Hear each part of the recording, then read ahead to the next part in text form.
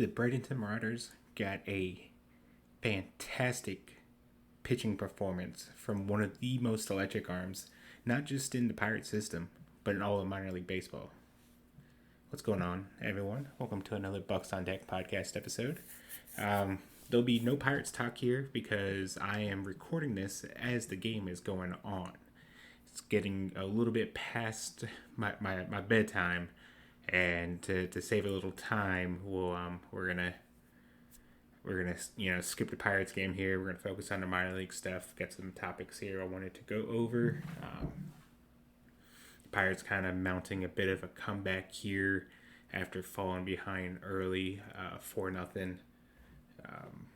But we'll talk about that game in the next episode. Wanted to focus a little bit more on minor league stuff today. All their stuff wrapped up. Going to go through the quick rundown of last night's action, and then we'll get into some specific topics and stuff like that I have. AAA, they lose 13-7. They're at Iowa facing the Cubs this week.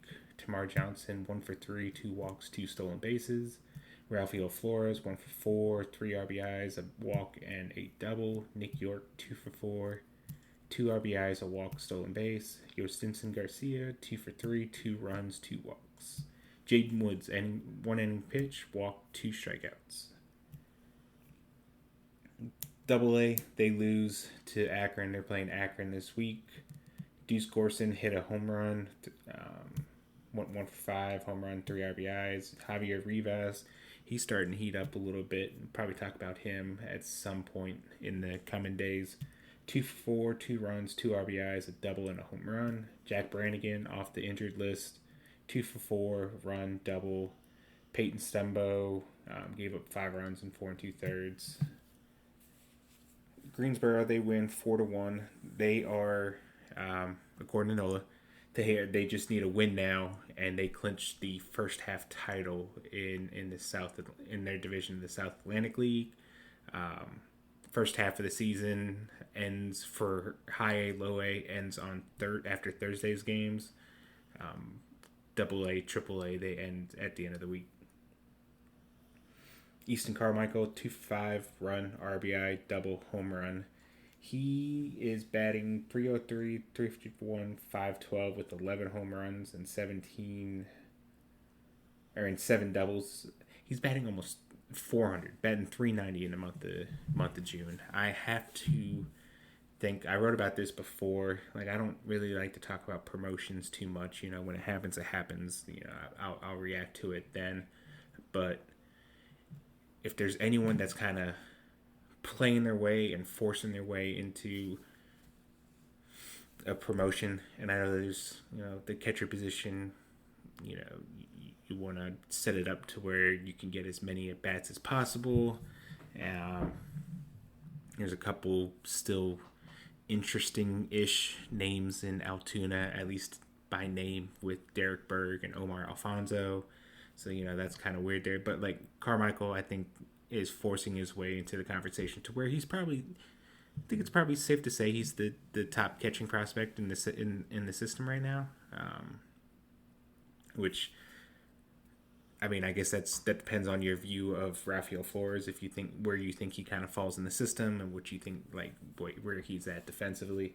But as far as pure catcher wise, I think it's safe to say that Carmichael's the top name in the system. But so, and as kind of a college hitter, you kind of want to see maybe that push happen at some point to see how he handles AA hitting, how he does out of the South Atlantic League, which is very hitter friendly. Greensboro obviously very hitter friendly. Also in the Greensboro game, Johnny Severino, 2 for 4, 2 stolen bases. Josh Tate, who's been off to a fantastic start so far since getting promoted to Greensboro. He's 2 for 3 with RBI, run, walk. Down in Bradenton, they win big, 13-3. Antonio Pimentel, batting leadoff, went 3 for 5, 2 runs, 3 RBIs, and a double. Eddie King Jr. went 2 for 4 with 2 home runs and 5 RBIs. Braylon Brazoban, 1 for 5, but had a bases clearing double, 3 RBIs. He's he's shown some stuff there. There's some swing and miss. I think there's some swing and miss that he was showing while he was with the Complex League. We'll kind of see how things go from there. Reinold Navarro, which he'll be one of the guys that I kind of want to dive into more here in a second. He 5 innings, 3 hits, 2 walks, 7 strikeouts. Down in the complex, the Pirates win 11-6. They beat the Braves. Johan De Los Santos, 2 for 3, 3 runs, 2 walks, 3 stolen bases. Edgar Walker, 2 for 4, 2 runs, 2 RBIs. Hit his first home run stateside. And the 2 Dominican teams faced each other.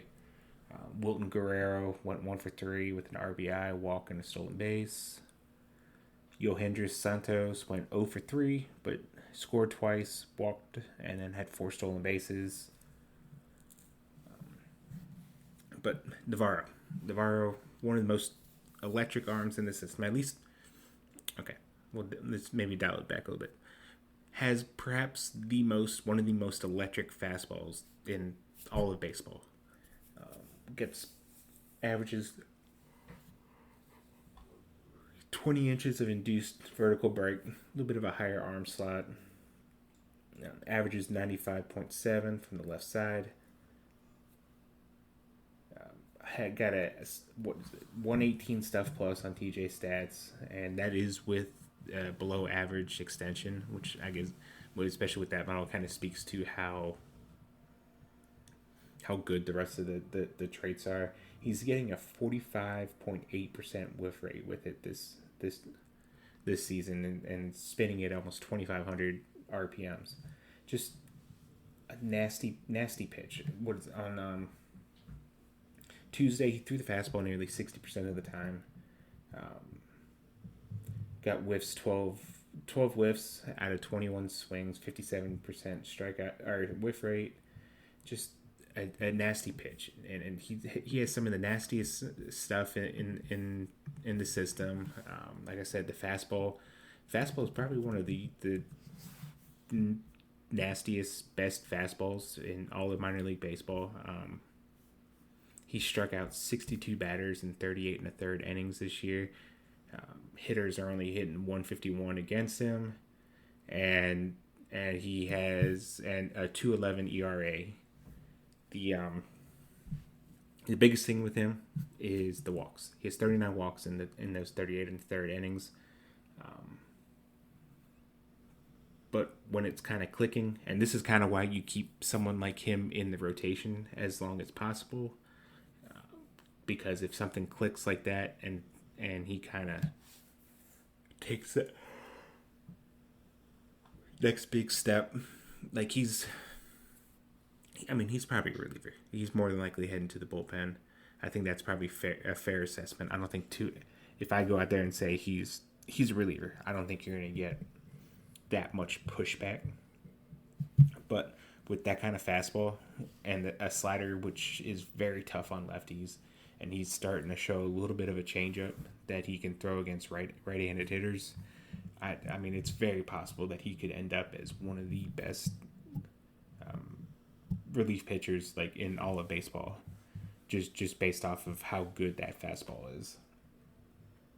Even in the bullpen, you're probably going to want the control to improve a little bit, but I mean, it's a nasty fastball, and if you get it's something that just like low A hitters are clearly just not able to catch up to, just because of the metrics on it and how quick it comes out of the hands and the spin and everything like that. Down on the complex, they have a winning record.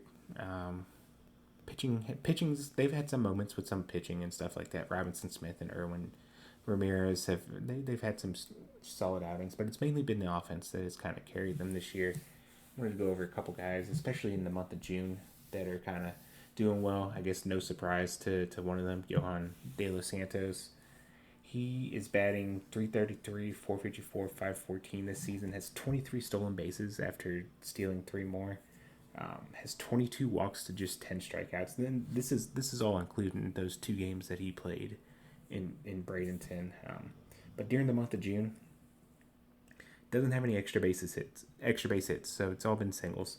But regardless, he's still hitting 341, 449, 341. He has 9 stolen bases. He's walked 8 times, struck out 4, and then has scored 12 runs. Just electric. I mean, obviously you probably want to see like a double. He still doesn't have a double this year, but he has 5 triples. We probably want to see him impact the ball at least. Like, he's not going to be a big power guy, but like the speed alone should help him turn a couple singles here and there into doubles and stuff like that. So you'd like to see a little bit of semblance of like extra base hits and stuff like that. But I think at this point it's pretty safe to say, and again, going back to like the Carmichael thing about not wanting promotions too much, I think it's about time that they challenge Johan a little bit more. I know he's 17, but it's clear like the complex just isn't really challenging enough for him. And I guess the last final step would be maybe impacting the ball a little bit more. But like, I mean, that's not going to be his game anyways. So we'll see how he does. We're kind of approaching the time frame as to when we saw like a Edward Florentino get promoted from the complex to Bradenton. Obviously, 2 different kind of profiles and stuff like that. Florentino kind of ascended into being a top 100 prospect. I know Fangraphs kind of mentioned that as a possibility for Johan based on some things and some criteria and stuff like that. So we'll kind of see if Johan kind of gets that push here within, the next week or so, or see maybe if they just kind of ride it out, and seeing as he is just 17. Another hitter, and he's kind of followed the script here the last 2 seasons, his only 2 seasons in pro ball. Edgar Walker got off to a really slow start last year while he was in the Dominican, and then he finished really strong. The start kind of put a damper to where like maybe the numbers didn't make him like stand out too much when kind of looking in hindsight on everything. Got off to another rough start this year in May. Had a 36 WRC plus, batted 194, 257, 258. Month of June. This isn't counting Tuesday's games, just because Fangraphs hadn't updated yet by time I went to go record. But before Tuesday's game, which included a home run and 2 hits total, he had a 151 WRC plus. Including that game, he's hitting 407, 500, 556. He had 7 hits in the last 4 games. Had a 4-hit game over the weekend. Had another 2 on Tuesday. There's a little power there. I remember watching one of the extended spring training games, and he had a double that was like 108 off the bat. So there's a little pop there. It looks like he's a very physical, kid. I mean, he's still like 18, 19 years old. I don't think he's turned 19 yet. If he did, he's still 18. He'll be 18 until October. So still young. He'll finish out the season 18. Wouldn't surprise me if toward at the very end of the season, maybe if he got a couple games into Bradenton. But fantastic. He's been on a great run, and like I said, he's a. I remember John Drecker told me that he was kind of maybe a under the radar guy to kind of watch, because he made there's some power projection there, but he also makes a lot of contact. He didn't swing and miss much. And the strikeout rate's pretty low. He's only struck out 5 times this month. He's walked 4 times. So he's starting to get comfortable. We'll see how things kind of go for him the rest of the way here. Last guy, Daryl Morrell. It's been a little bit of a rough season. He struggled. There's been some strikeouts. He struck out a couple times again on Tuesday, but he hit his 2nd home run of the year, which had me kind of looking at things. And it turns out Morrell really likes playing at Cool Today Park, which is where the Braves play their complex league games. I was there for one of them. He went 2 for 3 with a triple and a home run. But overall, in 3 games, he's gone 4 for 10 with 2 home runs, a triple, 4 RBIs. So, a little cooking there on the road. The raw tools are there. You can see it. You can see it immediately looking at him. He's got some filling out to do. He's got some adjustments to make. He's young. We'll see how things go. I mean, I think I've mentioned it at some point that if it's probably too early for a breakout for him, but in 2026. But I feel like 2027 could be like a good jumping board for him to kind of take a huge leap as a prospect, especially if he starts filling out and still shows that he has the ability to play shortstop. So, but that's going to do it for today's episode. Like I said, I'm not going to touch on the Pirates game. They're running late and stuff like that. We'll talk a little bit about the game. Maybe we'll just kind of do like a series recap after the game on Wednesday. But as always, subscribe. Bucks on Deck Substack. We get daily features on the Pirates system, up and down. We talk about the majors all the way down to the Dominican Rookie League and stuff like that.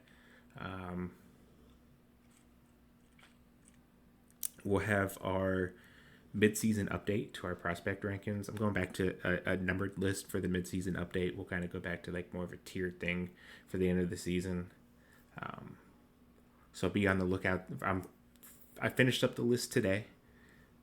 Starting on the write-ups. We'll have the list out next week after the first half is, quote unquote, officially done, and then we'll take it from there. And check out the YouTube channel. Got videos updated on there. Working on another like long form video. Had one of like Seth Hernandez last week. Go check that out. But subscribe to the YouTube channel as well. We got daily videos and stuff like that. Yeah. Thanks for tuning in, and we'll catch you guys again tomorrow.